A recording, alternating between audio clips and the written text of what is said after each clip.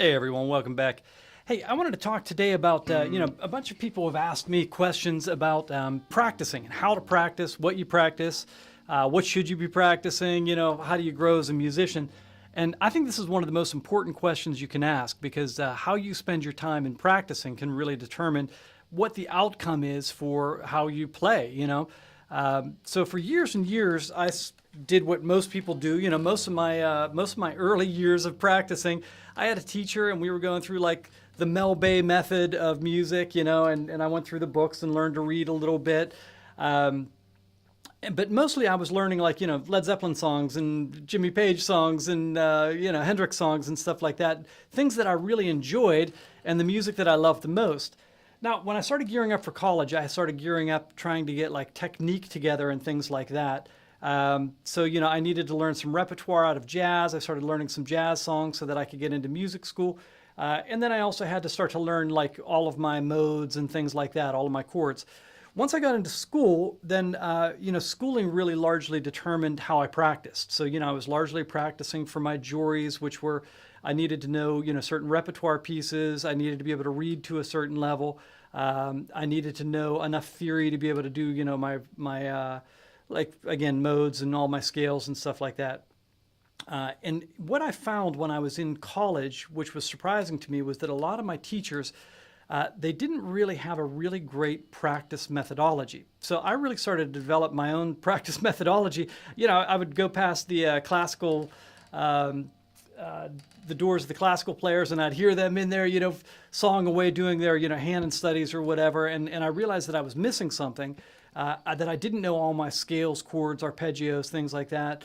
And I couldn't place them well. So I started going through, systems of my own, which eventually became the daily workout. Incidentally, if if you've gone through the daily workout with me on any of those, it really takes you from your ground floor of like your cage systems and your pentatonics and your octaves and things like that, and then goes through all of the other stuff. So the bigger question though is, how do you get from A to B on guitar?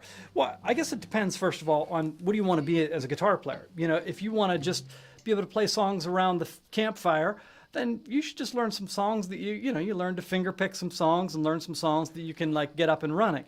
If you want to be somebody who jams with bands, maybe they're very repertoire specific. So, maybe you're in a Pearl Jam-ish type of band, or you're doing like classic rock, or you're doing jazz or whatever, and you have to learn those repertoires then of the music that's important for it.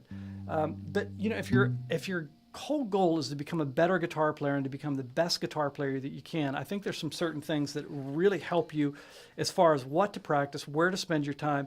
All of us have a limited amount of time. When I was in music school, I probably had my guitar in my hand 6 hours a day, 8 hours a day, something like that. Guitar strapped around my neck type of thing. Now, part of it was teaching, part of it was learning things, part of it was I had a real practice methodology that was apart from my teachers and stuff. Part of it was I was working for, juries and reading and all of that sort of stuff that I had to do, or, for the jazz band pieces or whatever. But I think if you really want to become a guitar player that's a capable, professional level guitar player, there's a couple things that you have to do. I think you have to have a couple of components. You have to have some music theory understanding to be a capable guitar player. I think you have to have technique studies. So you have to have a certain level of technique. I think you need to be able to figure out other people's solos and other people's repertoire. So learning a repertoire of songs is a really important thing. Ear training is a really important thing on being able to hear and improvise. So let me just walk you through some of the things that I still do to this day. I don't get a lot of practice. I don't have a ton of practice time now the way that I did at some points in my life. I definitely don't have my guitar around my neck, 8 hours a day or anything like that anymore. So I'm lucky if I can get maybe a half an hour practice, or on a really good day, an hour of practice.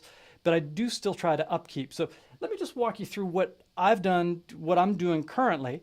That'll give you a snapshot of what pro players need to be able to do.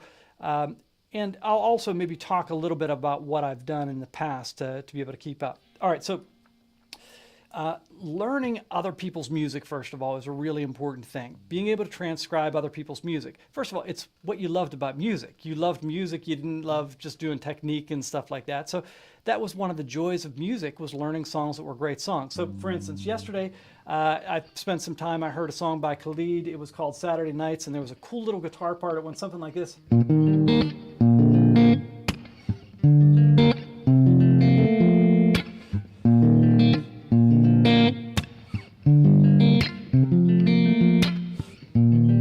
So I wanted to learn it because it had this like cool little slapping part in the thing. And you know, it's what's popular today. I think it has 25 million views in a month or something like that. So I just learned the song. Just, you know, it was a short little piece. Didn't take me any time at all to learn it. But you know, if I get a session call and somebody says, you know, I want something like this Khalid song, I'll know the song first of all. But even if they don't, hopefully it goes somewhere deep in my subconscious. And I used to spend a lot of time tracking down people's music and learning the music. And what I would do all the time is I would take like guitar solos. I'll post them sometime. But I would take guitar solos and I would try to learn them note for note and record my solo over top of, let's say, Stairway to Heaven or whatever it is, you know. And I would try to make it so that I could not tell the difference between my solo and the original solos. I think I have some of the stuff too. I might even be able to post it to a link on SoundCloud or something like that. So, you know, I would do these, you know, Peg by Steely Dan or you know, a Peter Frampton song or whatever it was that I was trying to learn, a Joe Satriani song or Eric Johnson or something. And I would try to get them down good enough that when I recorded it, I couldn't tell like who's me and who's Jimi Hendrix, who's me and who's Jimmy Page. And I would do that all the time. So that was a big part of like my training for real-time playing. Now, I also needed a certain amount of technique studies. So, for instance, this morning when I practiced, I was practicing my harmonic minor scale. So I was going through, and I'm just running a harmonic minor scale, trying to like get those under my fingers. And I'm just doing like the straight scale runs, just like everybody else does, and I do it chromatically, go all the way up. Because I don't use my harmonic minor very often, so you know I need to learn these things and be better at them. I also did on the technique stuff. I was working on going through like arpeggios in a little bit different way than I normally do arpeggios, and they're a little bit harder for me to do them. Going through all the variations of the arpeggios. You can see I'm still working this out. Minor 7 arpeggio.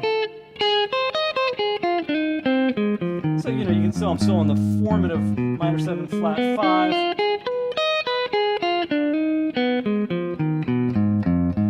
Diminish. So this is like a new way of me doing arpeggios that I've not worked on before. I'm still kind of sloppy on it. I'm trying to figure out how to actually use those in real music. It's straight technique though. It's weightlifting, you know.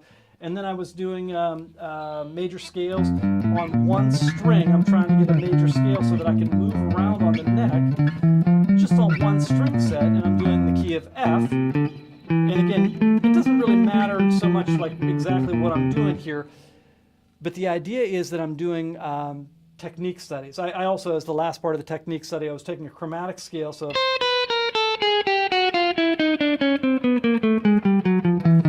and I'm breaking it up into octaves, so I'm doing like this instead of.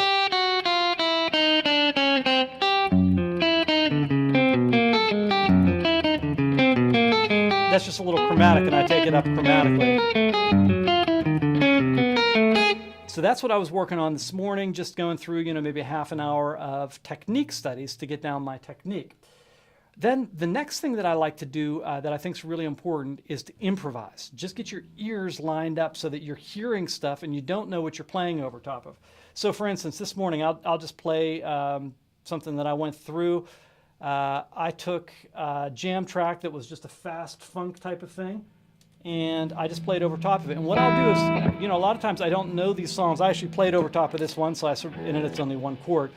But a lot of times I'll just pull up a random track, and I'll show you what that means in a second. But here's what I played this morning.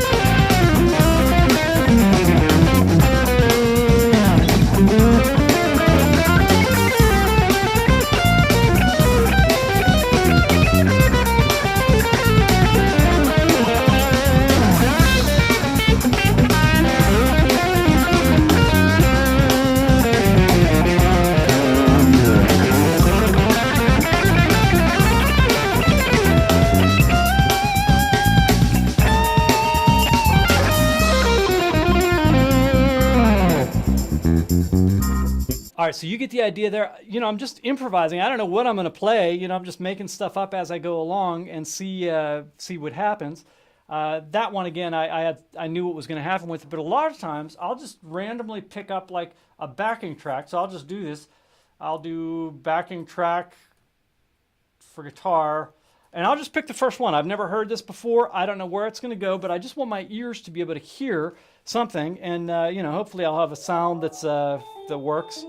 Get through the ad here. All right, so this is like a swampy thing. So maybe initially I would even hear this.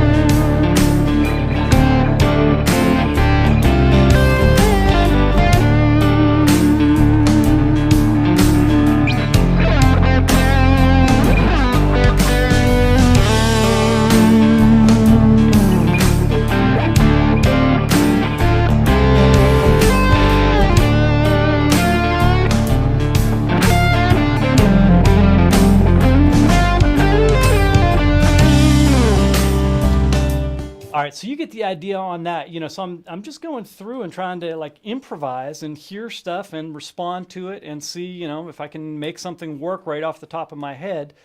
So again, just to roll through what I was talking about, I think if you have technique studies, like if there's lots of good stuff on YouTube, but if you've never gone through my daily workout stuff, it's like a 20-minute workout that's really good for you to learn your basics of the foundations, what you need for guitar. You also want to transcribe stuff. You want to learn lines from people.